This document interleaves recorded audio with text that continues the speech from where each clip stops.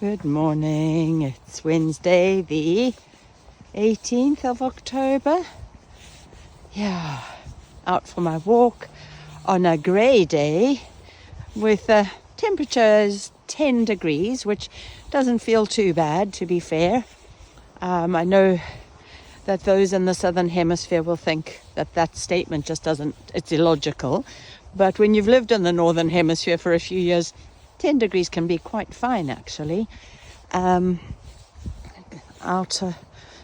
walking on the back road around along the bay, which is over that way, and it's a little bit of river here, so you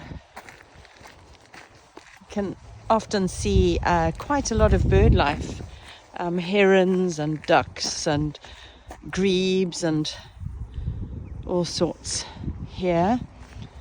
And in the field are loads and loads of pheasants. Most of them are flown away at the moment because I'm walking up, but pheasants are just really, really beautiful. The males are just stunning. They have incredible colouring. Their feathers are, oh, there he is. Hope you get some sense of the beauty of the bird. Yeah. Oh, and there's a whole bunch of females running away because they can see and hear me approaching. So, well, today I was thinking, when I do my walk, will I do a wee walk together where I chat about things on my mind and heart, or will I just, I don't know, do an audio message to friends, which I like to do as well. And I just had such a sense about talking about dread, because there's a real, before we go into that, let me just show you these.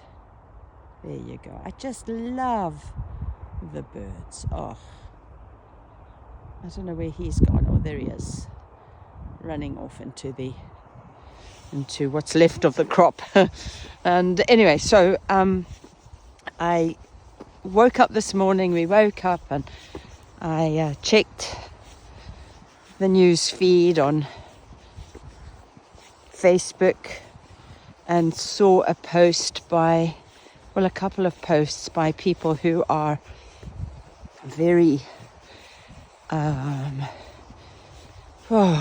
anyway, so they're very into end times and biblical prophecy and what's happening in the Middle East at the moment, and all that. And I was thinking about that. Apparently there's been this black flag raised in Iran over a particular site, which is a call to arms, or it's something like, it's where they're telling the people to be ready to fight regardless, no matter what.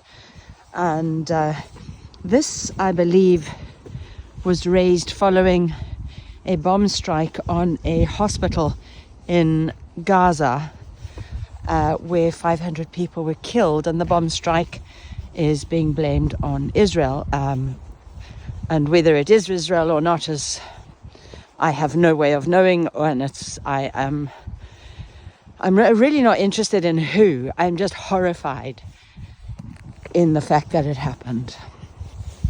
And never mind that, truckloads of civilians who were trying to leave the country. They were given 24 hours to leave their country. I think 2 truckloads of people were hit with a airstrike, and many of them were killed. So there's all sorts of things going on. There are definitely atrocities, crimes against humanity, and it's regardless of who is committing that. The fact is that these things are being committed by people against people.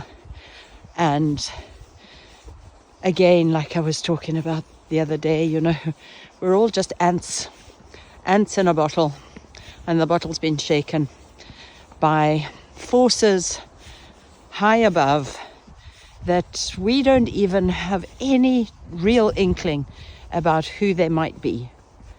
There are suspicions and theories and all sorts of things about who this lot might be. But the fact of the matter is, it's those of us here who pay very, very dearly in, and I say down, when I say here, I'm talking on a certain level. I'm not talking about here where I happen to be standing out in glorious nature, enjoying a walk in peace. And as much peace as one can get when one can hear the geese on the left and the traffic on the right. But you'll understand what I mean when I say peace. Bombs are not raining down on my head or our collective heads here. And if you're able to be in a place where you can sit and listen to this or watch it, I would think that clearly you're not in a place where bombs are raining down on your head. And it's safe to go outside, and it's safe to drink the water out the tap, and you can still get to a shop and buy milk and bread and eggs and whatever else you might find you want or need. Yeah, life in Gaza it just must be horrific. And no doubt there are parts of Israel where there are things happening too, where the same is being experienced. The same dread is being experienced. And I think about this word called dread. I just want to show you all the geese. Yeah. So this thing called dread, this word that came to my mind as I was in the shower today, and I was thinking about how we are being primed to live in a state of dread, to live in a state of fear, to live in a state of whatever it might be, us against them, a state of morning war.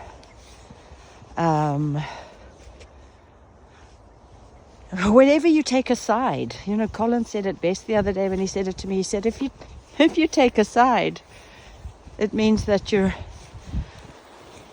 in favor of war, because that's how we're all played. Sorry, I was just hoping to catch something as they lift off there. There you go. Isn't it amazing? I'm very, very blessed right now, and it might change, to say that I can't hear any gunshots. So I'm hoping this wonderful flock of pink-footed geese will be able to roost safely today. Okay, so yeah. Dread, war, sides, and the programming of us all through what we see on social media. Colin and I read books every day. Not every day, sorry, but a number of days of the week before he goes to work. And we are reading through 4 books at the moment. And one of them is exposing some of the tentacles that connect across different experiences, different situations, different occurrences over decades of time. And I find it fascinating. It's connecting dots and seeing different things happening with outcomes that always result, quite frankly, in the reduction of personal freedom for people. And social media is one of those places where we really, really gave up our right to freedom. Interestingly, It's the thing, you know, internet is extraordinary. I mean, it has allowed us to communicate all around the world instantly information that we would probably not ever have become aware of if we just lived in our little towns and villages and got on with the job at hand, you know, which would be raising kids and going to work and what have you. But now we know everything about everywhere, or do we? I suppose that's really the question. What do we know? Do we know only that which is we're allowed to see and hear? And how much of it is massage? How much of it is fabricated? How much of it is actually part of a program? And that even goes to different scenarios and different countries that, you know, you see something or you hear something and you're pre-programmed to dread. So you're automatically feeling an emotion of whatever, fear, dread, whatever. You're taking sides, etc. But you don't know if that's true. You really, truly don't know how true that scenario is, because unless you have a trusted friend on the ground in that location who is able to say what is really happening in their lived experience in the present, you really can't be certain that what you're being told through any media outlet is actually the truth. And what's really extraordinary is how good they are at deep fake videos and photoshopping things, or, you know, designed to generate fear, dread, etc. Because when people are afraid, they give up their freedoms very much more easily than if they feel empowered and strong in themselves, able. I saw quite a funny reel earlier, and it was the difference between people, I don't know, I can't remember the years, and then people today. And it just shows you how easily infantilized our populations have become, because we've got people who are maybe in their 20s or 30s coming across as all hurt and offended over things that are just, they just shouldn't have that power. You know, a word spoken or an action. You know, the power that is given to that is given by the person, the individual. Colin taught that to me years ago. You know, I used to tease him, or he used to, he's a big tease, so, you know, but if I teased him back or said something sarcastic back to him, he would just thank me. And he told me that that was what he had learned, that if you can take anything that is said to you and turn it around by expressing gratitude. If somebody insults you, say thank you. It's really strange how powerful that is. But we have people groups and individuals fighting each other over, by giving their power away. The moment you start to fight somebody else, you've given your power away. It's quite interesting, you know, you're trained, you're taught everything. I'm thinking back to throughout my entire life, it's always been about the fight.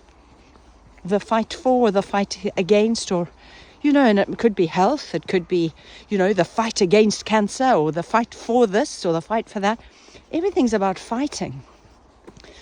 But then if you start to, I don't know, read different things, not read, but maybe just to get a different understanding, and then you hear that there are people out there who say, well, actually, what about just accepting the reality in the moment for what it is?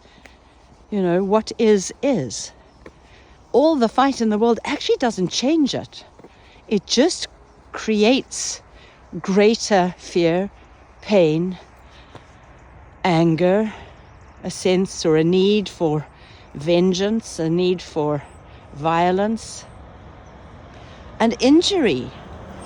Let's wait for the truck. So injury is a big one. If you stand up in a flood, that flood's going to knock you back, and you're going to more than likely be injured at the very least, because you're going to be pushed over and maybe something will break. But it's just an analogy coming to me, if you lie back and get carried by the water always takes the path of least resistance. So what if you surrendered to the reality, to the inevitable? Not surrender as in give up, but accept, embrace what is, and allow yourself to flow past any obstacles. Taking note, seeing what's there, but not being struck. Not striking any obstacle, because it's in the striking of the obstacle that the bruising and the broken limbs happen. Anyway, I don't know. It's just something that perhaps makes more sense now, because all the fighting in the world isn't solving the world's problems.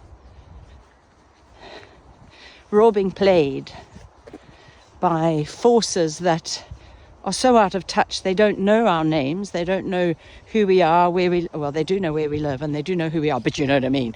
They don't know who we are. We're numbers, we're tax, we're a source of revenue. But our essential selves are not known by these high-level players who make enormous amounts of money and play war games with innocence, pitting people against each other. Oh, gosh, what a cheery thing to be thinking about as I walk along in this beautiful, beautiful countryside. But that's the word that was in my head, was dread. And the sense was that we have all been programmed to dread. It comes very easily.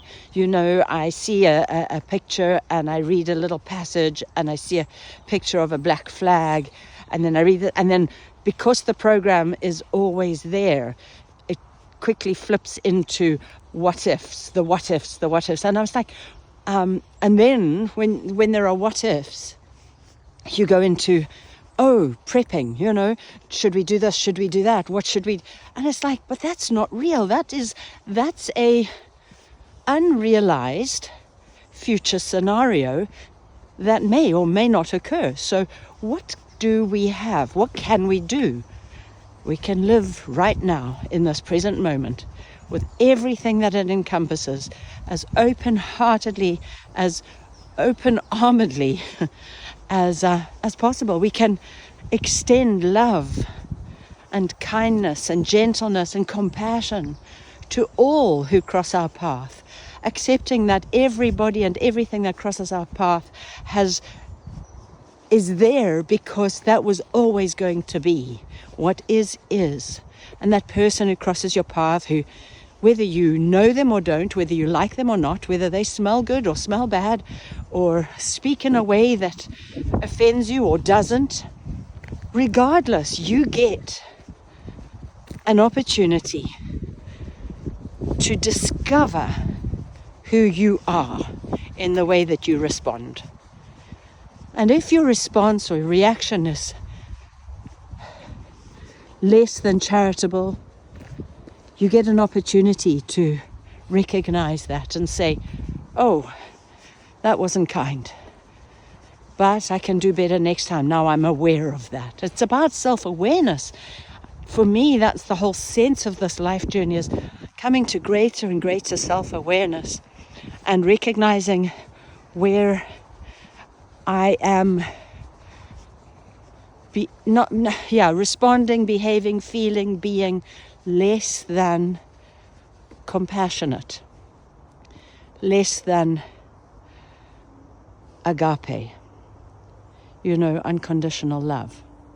And I get to recognize that, and another opportunity will come, and I will have the opportunity then to be agape, to be compassionate, to be kind, to be patient, to be gentle, to be loving, to be those things which I recognize are my essential self. And I think that's it. We've got to come to terms with who our essential selves are and then live in congruence to that. Because if we're living incongruently to our essential selves, being love and joy and all of that, then we live in a constant state of dread, a constant state of fear, a constant state of a sense of consequence that I don't quite measure up.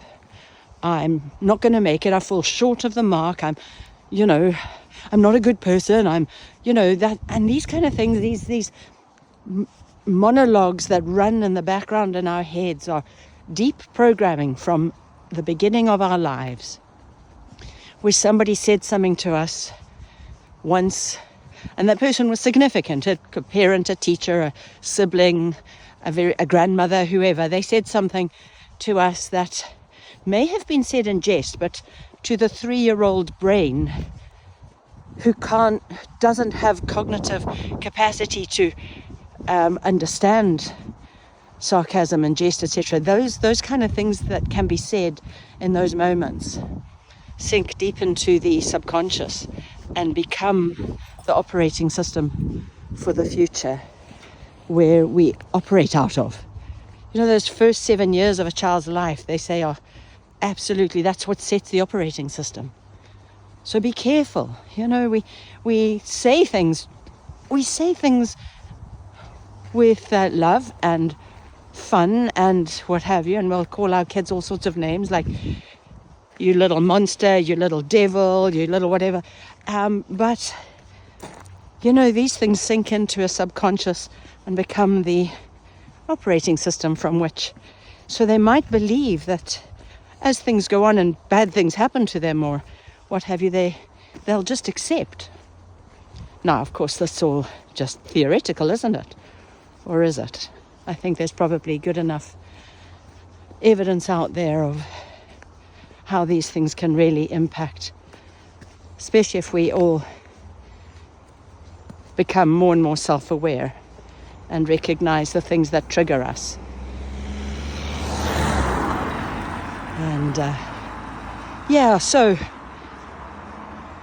coming to understand that we are all beautiful, precious, loved, valued, connected to each other and to everything that is living. If that's the case, if we can come to that, first we have to come to that in ourselves, because we have to love others as we love ourselves. That's what we understand from biblical scripture, and it's possibly in many other writings as well. Love others as you love yourself. Well, how is that possible if I don't know myself? And you can start that journey at any time to get to know yourself. And it starts off with recognizing the good points and being forgiven for the bad points. We all have those, we've behaved badly, every single one of us. But that's all forgiven. And I really believe that. That's the place that I dwell now. It's the place that I understand as the word spoken at Calvary by Jesus Christ as he was nailed to the cross. He spoke a word, and it's tetelestai in the Greek, I think. Forgive me, biblical scholars, if I got that wrong. But it's kind of essentially understood as paid in full. All the price, there's no more sacrifice. The price is paid in full. And it's past, present, and future for all transgression. The price was paid so that there would be no more need to fear, no more need to be imprisoned by dread. No more need to require recompense and vengeance from others. Just a place to discover freedom.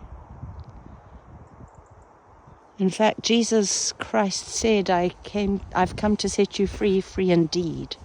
It's the free indeed that's always been so, it was elusive until you get yourself to a place where you realize that free indeed could just be freedom from your own perceptions about who you are and the world around you. And when you start to love everybody, regardless of what they say, what they believe, how they look, what they do, and you decide to love them. By the way, when I talk about love, I'm not talking about the way you feel. It's impossible to feel like you like somebody who's done harm to somebody that you love. But loved in this instance to me, and it's only to me at this, is to do no harm, to wish no harm, to speak no curse, not to act in any way that would cause a person to be hurt, harmed on any level, spirit, soul, or body. So a lot of love can be just turning around and walking away. In fact, again, Jesus said, if you get hit on one side of your face, turn the other side and be hit on the other side. Don't harm. Don't seek revenge. Don't hurt the other person, because it's on them, and on you is the sense of love, just love. If somebody's going to abuse you, I'm not saying you should stand there and be abused. I do think you should turn around and leave, but don't seek to abuse back. Oh, well, gosh, 27 minutes. Obviously, I had quite a lot in my mind to talk about. Thanks for coming along again on a wander through the countryside. Pakon Kaj Amon. Bye.